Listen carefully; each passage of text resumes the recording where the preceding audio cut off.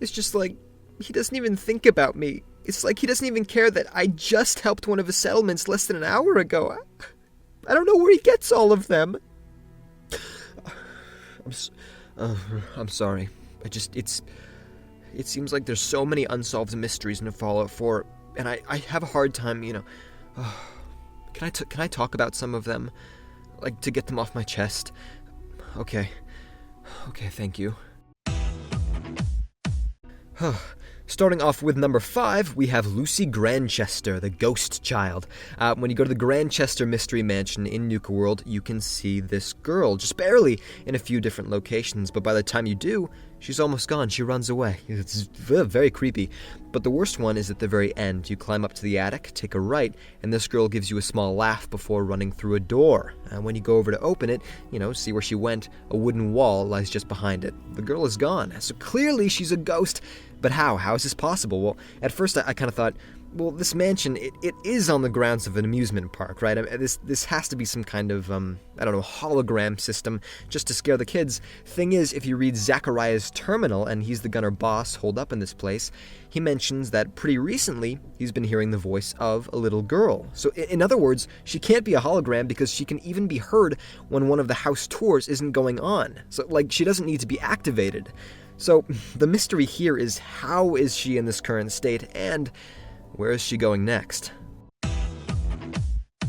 Number 4, what's going to happen to the fog in Far Harbor? Now, I don't need to know how fog is created. I mean, I already know it's just unfriendly clouds that got pushed down to the surface because no one really liked them very much. No, what I mean is, what's happening with this fog? The people of Far Harbor mention that it's not normal, right? It can drive people insane. And obviously, that's because of the radiation that's inside of it. You're constantly breathing that in. Thing is, that doesn't explain its weather patterns. Captain Avery mentions that it used to just come and go, but in the last 8 years, specifically, it's gotten really, really bad, to the point where Far Harbor, the town itself, it's almost the last place on the island to avoid it. Now, on the other hand, old Longfellow doesn't really seem too worried about it. He says that some years it's really, really bad, some years it's not so bad. So, the mystery here is that, does it have the capability of growing so big that it eventually reaches the mainland and wreaks havoc there? Or, will it just slowly die off and go back to just being regular fog with no radiation? Number 3, why are some of the guns left-handed when the player character is right-handed? Now, if you don't really know a lot about guns, this probably isn't something you've even thought about. No real reason to get worked up over it, but the reload mechanics are sometimes messed up. You can see this on a few different guns, but just for this example, I'm going to use the hunting rifle. As you can see, you're holding up the rifle with your left hand, and assuming you're right-handed, you've got that, right hand on the trigger. Problem is, the gun's bolt handle, which opens up the chamber and then lets out that bullet's shell, it's on the left side. So not only does this force your character to then drop the rifle from the aimed position and then reload with your left, which wastes all kinds of time, but also the shells are flying out right in front of your face, probably hitting you. These things are still very hot. It's going to be very painful. Now, what's weird is in Fallout New Vegas, they actually had these mechanics right. The bolt action was actually on the right side instead of the left, so that you could keep the rifle up with your left hand, and then the shells would fly away from you, not hit you in the face. I don't know why this was changed for Fallout 4. It's still a mystery. It certainly could have been for maybe artistic liberty, make it feel like you're doing more with the gun, like more animation, but we really can't be sure. Number 2, where does Lorenzos Crown come from? During the quest, The Secret of Cabot House, you can learn that almost 200 years before the Great War, Lorenzo Cabot went on an expedition to Arabia and uncovered this secret artifact that you see on his head. Bringing it back to Boston and then putting it on his head, it gave him certain powers like enhanced strength, a certain level of telekinesis, and, obviously, immortality. So what is this artifact? Where'd it come from?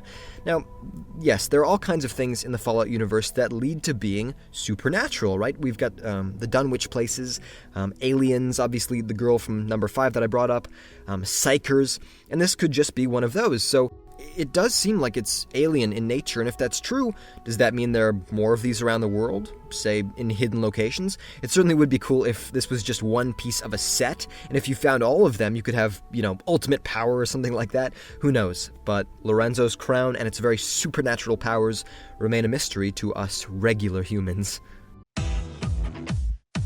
And number 1, who is the mysterious stranger? This is still aggravating us. He's been in every Fallout game, appearing out of nowhere in vats to help us in our time of needs, and we don't know why. Now, what we've learned in Fallout 4 is that Nick Valentine, he has an open case on this guy.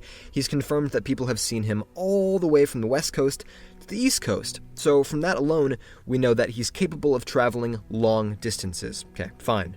Another thing is that there's a character in Fallout New Vegas. He is called the Lonesome Drifter, and it's heavily implied that he's the son of the mysterious stranger. So if that is true, we're about to find out something very cruel here, because first, the son had been abandoned at a very early age. No reasons as to why, he just up and left his dad.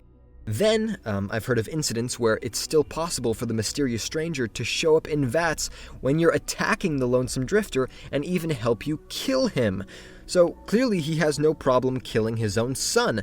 So yes, this man is very mysterious. I don't think we're going to find out who he is for a very long time, but at the very least we know this. He's willing to travel all across the United States, and he seems to have absolutely no remorse for his own family members. Why he would help a stranger like you is beyond reason. And there you have it, 5 unsolved mysteries in Fallout 4. There are a lot in this game, so I'll very likely be making a part 2 in the future. If you enjoyed the video, please like, comment, and subscribe, and down below please tell me what other mysteries out there have you scratching your head.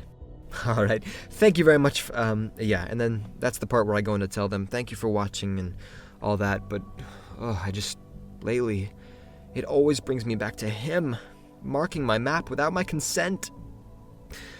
He's such a mystery.